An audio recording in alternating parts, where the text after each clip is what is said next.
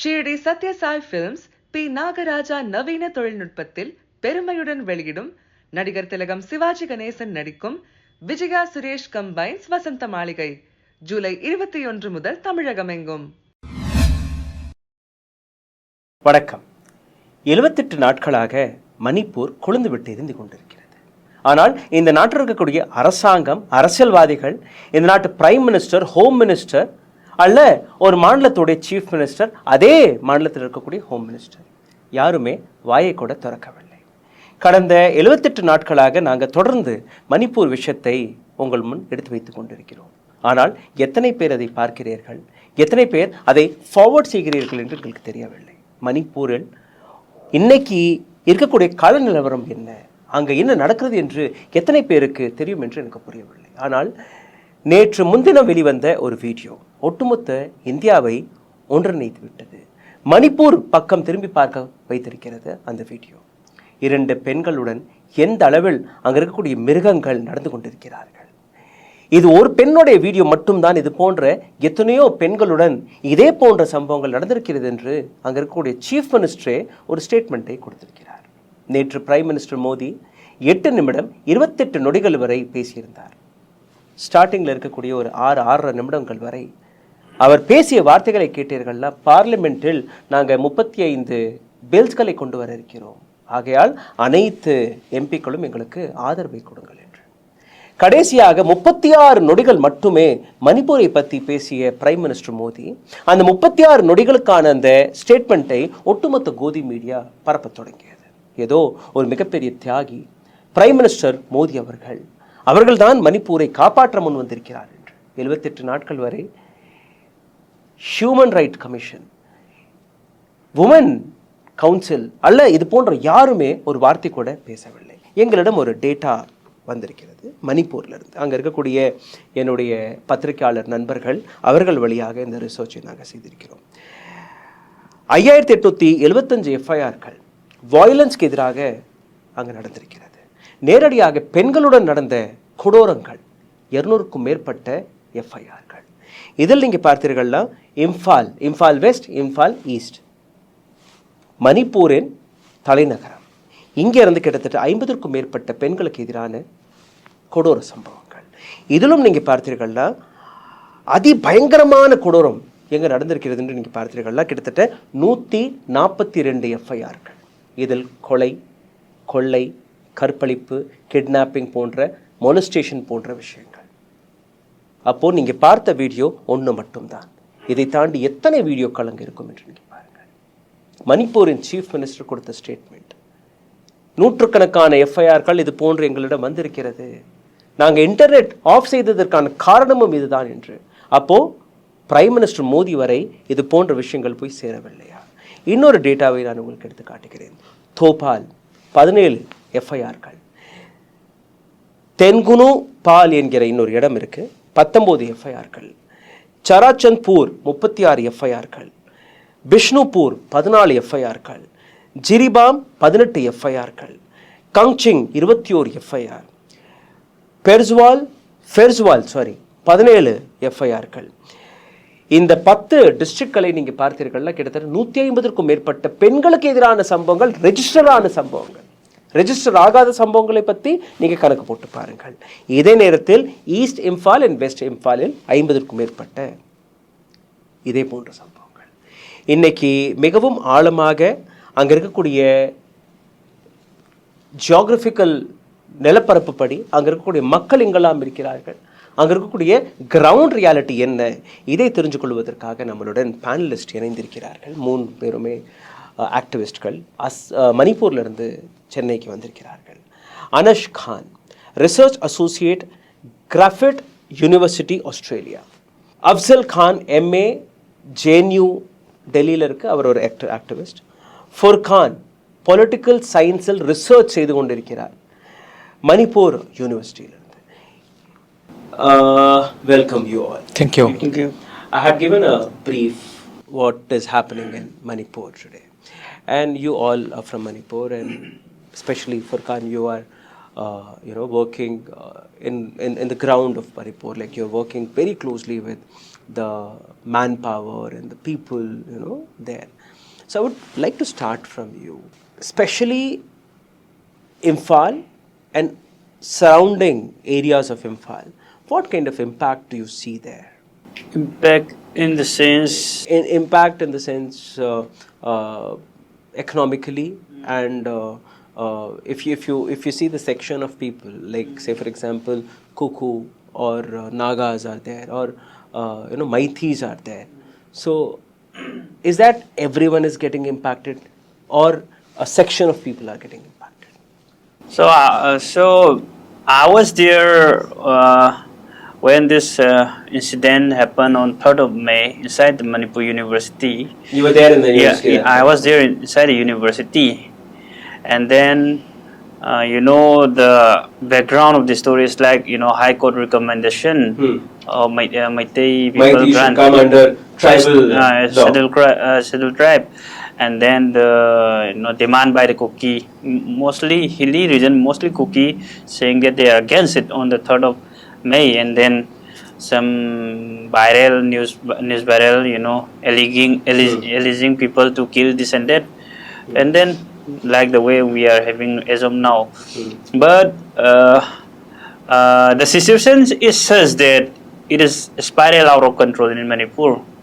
So, as you have said in all the data, it is being spread to almost all the section of Manipur society. I would say directly affected, I would say Meitei and Kuki, but indirectly affected people to all the rest of the community in Manipur.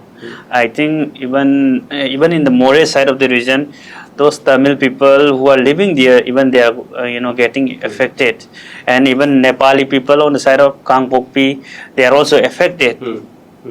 So it is spiral out of the control, and even in the working people, even middle class and then lower middle class, and this casual wage earner, all of them are getting affected as of now. I would say that it has affected all the sections of Manipur society directly or indirectly. Okay, I would like to come to you now. See, you would have seen the video, the viral video which we all are talking about, the whole nation is talking about. Is that the only case in Manipur, or similar there would be a lot many more? There would be many more like that because of the internet is completely shut down, so people can't upload this type of videos, this and that. Maybe they have recorded videos, but they are unable to upload like that. So I would say there might be some other videos and photos also like that. See, rape, murder and kidnapping is there, but apart from this, there are a lot of murders also took place. So have you seen such videos, or have you heard any ground reality or ground report from your areas, like the places where you live? Yeah, we have seen some videos also, and when we talk with people from both communities, Meiteis and Kukis, and my Kukis friend, they said there were many dead bodies they still have to collect from the valley regions. They're talking like that. So there are many unidentified bodies also. In fact, I have come across a couple of videos where the streets are like, both the sides, bodies are lying, and people are not, even bothering to pick those bodies up. That is the amount of fear you can see in those areas, So people are burned alive inside their houses. There are some cases like that, and there is a place called in Imphal Valley region like Kagwa. In that place, I have seen a video while I was in Manipur. Two Kuki were brutally beaten up. They were about to dead in that case. So there would be lots of videos and photos still, but unable to. If the internet, if the internet is there, it will come up like that, I would say. Anash, from both sides. Yeah. Anash, you are a researcher, and you would have interacted with many people in a couple of days during your journey from North India to South India. You're here for a cause to support people who are in different, pockets of Manipur. Yesterday, you would have seen Prime Minister Modi, talking for the first time about Manipur. And that too for 36 seconds he spoke. Precisely 36 seconds. And the same day, there were a lot of other union ministers, including Chief Minister of Manipur, who spoke, who gave, yes, we will take action against those who are culprit. As per my knowledge, May 4th is what that video was shot. And the lady's husband, he went on 18th and he filed an official complaint in the police station. It took almost 1 month for the police to file an FIR. There was a complaint, and the complaint converting into FIR, it took almost another 1 month, which was July 21st. And Prime Minister Modi spoke 20th of July, which is another 1 month. So it took almost 2 months for a lady or for her family to even file a FIR, and then government reacts to it. So how do you see the whole statements by Chief Minister, Prime Minister, and other ministers of the ruling party? Since the evening of 4th May, Manipur Chief Minister Sri Biren Singh appealed to all the citizens in Manipur and to all the fraternities outside of Manipur to calm down, and he also assured us that the peace and normalcy will bring as soon as possible. And after a couple of days, Union Home Minister Sri Amit Shah came down to Manipur, and he assured that he will try to bring normalcy and he will calm down the violence in no time. However, the peace is nowhere to be seen, and he also formed a peace committee led by Union Home Minister Amit Shah himself, including various union ministers and various civil leaders from both sides of the affected community, and including other leaders from Pangal and from Nagatu. However, the peace committee itself, it's not able to operate in the way it is to be. So and it took more than 2 months for the Prime Minister to open his mouth. Today's Telegraph headline carries it took 75 days for a crocodile to shed his tears. So with the pictures of crocodile and all. So the statement of Prime Minister Modi, I would say, is not a very honest statement. He also interconnected his statement with mere happening in Chhattisgarh and Rajasthan, which is nowhere incomparable with the incident in Manipur. If they are very much honest to solve the current crisis, I would say India has a huge number of army, India has a huge number of navy and other paramilitary force. If they really care to solve the crisis, they would have been done so much earlier. So I think they have another interest, they have other shared interests with in collusion with various other institutions and various other hands. Thus, the crisis is being continued. முதலை கண்ணீர் விட்ட prime minister Modi என்று அவர் கூறியிருக்கிறார். அதாவது 78 நாட்கள் வரை எங்கே போயிருந்தார்கள், இந்த நாட்டு அரசாங்கம் என்ன செய்து கொண்டிருந்தது, எதற்காக திடீர் என்று பிரைம் மினிஸ்டர் மோடி இது போன்ற ஸ்டேட்மெண்ட்டை கொடுத்தார் என்று எங்களுக்கு புரியவில்லை. பிரைம் மினிஸ்டர் மோடி பேசக்கூடிய வார்த்தைகளில் பொய் மறைந்திருக்கிறது என்று கூறியிருக்கிறார். ஒரு நாடகம் நடத்தியிருக்கிறார் பிரைம் மினிஸ்டர் மோடி என்று. அடுத்தபடியாக அங்கே இருக்கக்கூடிய டிஸ்ட்ரிக்ட், ஒவ்வொரு டிஸ்ட்ரிக்ட்லும் நீங்கள் பார்த்தீர்கள்னா இதே போன்ற நிலை தான். அப்போ ஒவ்வொரு டிஸ்ட்ரிக்டில் இருக்கக்கூடிய மக்கள் எந்த நிலையில் இருக்கிறார்கள், எந்த விதமான மக்கள் அங்கே வசித்து இருக்கிறார்கள், எந்த விதமான இம்பேக்ட் அங்கே நடந்தது என்று அதை கொஞ்சம் விசாரித்து விடலாம். I would like to ask you a question, like Manipur got around 16 odd districts, right? Precisely 16. Out of 16, heavily impacted areas are more than 10, right? Say for example, Thopal, Tenpal, Churachandpur, Bishnupur, Jirbam, Kakching and Firzal, and especially east and west of areas of Impal. So the population which we talk about, so what is the ratio of population there? Are the cookies are more in areas, or are these Maithi communities population is more there?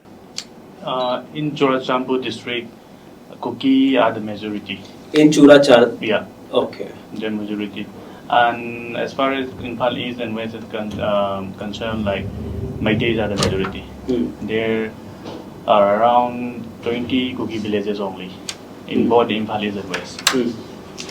And population of Kuki in this district, in this both Imphal East and West, is 27,000 to 30,000 only.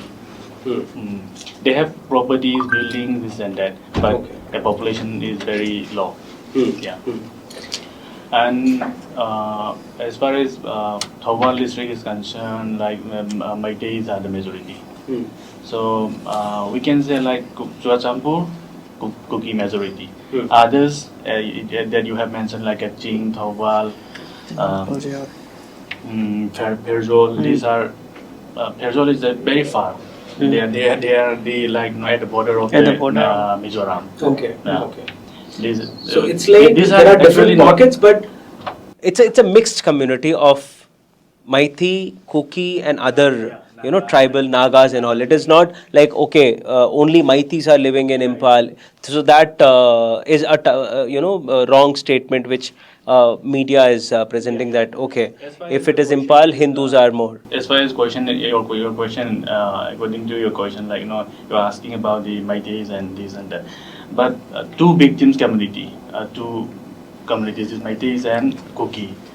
Churachandpur is Kuki majority district, and the others district like Imphal East, West, Thawal, these are Meitei majority district, and Tengnoupal is a Kuki majority district. We can identify in that manner. Others like Ukhrul is there, Ukhrul is Naga, and then in Imphal East and West there are lots of Naga. They are not directly affected. If the government would have reacted within first 1 or 2 days, the situation could have been in control, right? And where did the government missed? What was the mismanagement, or why did government didn't took proper action then? What happened was like recently one of the Kuki intellectuals from JNU has argued in that way, saying that if the government has reacted in the way, some days back a Naga lady had been murdered. So in that case, what happened was police took immediate action. They arrested all the culprit. They even managed to provide victim family with all the money that is needed for the victim family. When it comes to Naga lady, the government took immediate steps. Favorism. No, I won't say much, but let us at the moment let us look at the facts. So the government is like on the very day they do all the work which is needed, so that the violence cannot be spread out to other rest of the community. But when it comes to their own third of the incident, the CM of Manipur was I think in Karnataka election or something. He tweeted about the Karnataka elections of BJP on that very day. And on the second, he was inside Manipur University, preparing for Y20 program. I think this group of 20 meeting was conducted during that time. So there was a program inside the Manipur University. He was busying himself traveling for that program only, without considering the demands of or the repercussion which the people of Manipur might be facing if the administration is not proactive about it. So initially, what I would like to say is the Manipur government as well as the police mishandled the situation, and or I would say that they doesn't care much at the start of this thing. They think that it would be like some 2 or 3 days, violence, but they didn't took proactive role from the start, and that is the reason. That is the exact reason why we are facing such kind of problem as of the moment. So very very important point அவர் எடுத்து வச்சது. மணிப்பூர் கலவரம் நடக்கும்போது அங்கே இருக்கக்கூடிய chief minister என்ன செய்து கொண்டிருந்தார்? கர்நாடகா தேர்தல் பிரச்சாரத்தில் இருந்தார். அதற்கு பின்பு நாங்களும் அவருடைய சோஷியல் மீடியா பக்கங்களை அலசி பார்க்கும்போது, முக்கியமாக ட்விட்டர் பக்கத்தை எடுத்து பார்க்கும்போது, அவர் செய்த வேலை நீங்கள் பார்த்தீர்கள்னா, கடந்த 78 நாட்களாக பிரைம் மினிஸ்டர் மோடியோடைய ஒரு லவுட் ஸ்பீக்கர், மவுத் பீஸாக வேலை பார்க்கக்கூடிய ஒரு சீஃப் மினிஸ்டராக தான் நான் பார்க்க முடியும். பிரைம் மினிஸ்டர் மோடியோடைய அமெரிக்கா பயணமாக இருக்கட்டும், பிரான்ஸ் நாட்டு பயணமாக இருக்கட்டும், அல்ல பிரைம் மினிஸ்டர் என்ன செய்தாலும் அவருடைய ட்விட்டர் பக்கத்தில் அதை ட்வீட் போட்டு கொண்டிருந்திருக்கிறார். ஆனால் மணிப்பூரை பற்றி ஒரு சில வார்த்தைகளை மட்டும், ஃபில்டர் வார்த்தைகளை மட்டும் போட்டு முடித்து விட்டார். இந்த நாட்டு பிரசிடென்ட் முர்மு அவர்கள் ஒரு ட்ரைபல் கம்யூனிட்டியை சார்ந்த பெண்மணி, பழங்குடியினர். மணிப்பூரில் நடக்கக்கூடிய இந்த கலவரத்திற்கான மூல காரணம் நீங்கள் பார்த்தீர்கள்னா அதே ட்ரைபல் பிரச்சனை தான். ஆனால் பேசவில்லை, பிரைம் மினிஸ்டர் மோடி பேசவில்லை. இதை தாண்டி ஒட்டுமொத்த யூனியன் மினிஸ்ட்ரியே பேசாமல் அமைதியாக இருந்தது. அவர்களுடைய ட்விட்டர் எடுத்து பாருங்கள், எங்கேயுமே உங்களுக்கு மணிப்பூர் என்கிற அடையாளம் கூட பார்க்க முடியாது. இந்த இடத்தில் இன்னொரு மிக முக்கியமான பிரச்சனையை நான் உங்களுக்கு முன் எடுத்து வைக்க பார்க்கிறேன். ரொம்பவே சீரியஸாக, சின்சியராக நீங்கள் அனைவருமே காது கொடுத்து கேட்க வேண்டும். 35 லட்சம் மக்கள் வசிக்கக்கூடிய ஒரு மாநிலம். இந்த மாநிலத்தில் கிட்டத்தட்ட 50,000த்திற்கும் மேற்பட்ட மக்களை எவாக்குவேட் செய்து பல்வேறு முகாம்களில் வைத்திருக்கிறார்கள். அவர்களுக்கு தேவைப்படக்கூடிய அத்தியாவசிய பொருட்கள் கூட அவர்களுக்கு கிடைப்பதில்லை. கடைகள் திறக்கவில்லை. அங்கே இருக்கக்கூடிய வேலைவாய்ப்பு நீங்கள் பார்த்தீர்கள்னா ஒவ்வொரு நாளும் வேலைக்கு போய் கூலி தொழிலாளியாக எத்தனையோ பேர் வேலை பார்த்து கொண்டிருக்கிறார்கள். இன்னொரு புறம் பார்த்தீர்கள்னா படித்த மாணவர்களுக்கு கூட அங்கே வேலை கிடைக்கவில்லை. MBA, MPhil இது போன்ற பட்டப்படிப்பை படித்த மாணவர்கள் கூட ரிக்ஷா இழுக்கக்கூடிய நிலையில் தள்ளப்பட்டிருக்கிறார்கள். இன்னைக்கு தமிழ்நாட்டில் வந்திருக்கக்கூடிய 3 கெஸ்ட்களுமே தமிழ்நாட்டை பார்த்து தமிழ்நாட்டு மக்களுடைய உதவியை தேடி வந்திருக்கிறார்கள். அங்கே இருக்கக்கூடிய முகாம்களில் வசிக்கக்கூடிய மக்கள், அவர்களை பற்றி கேட்டு தெரிஞ்சு கொள்ளலாம்.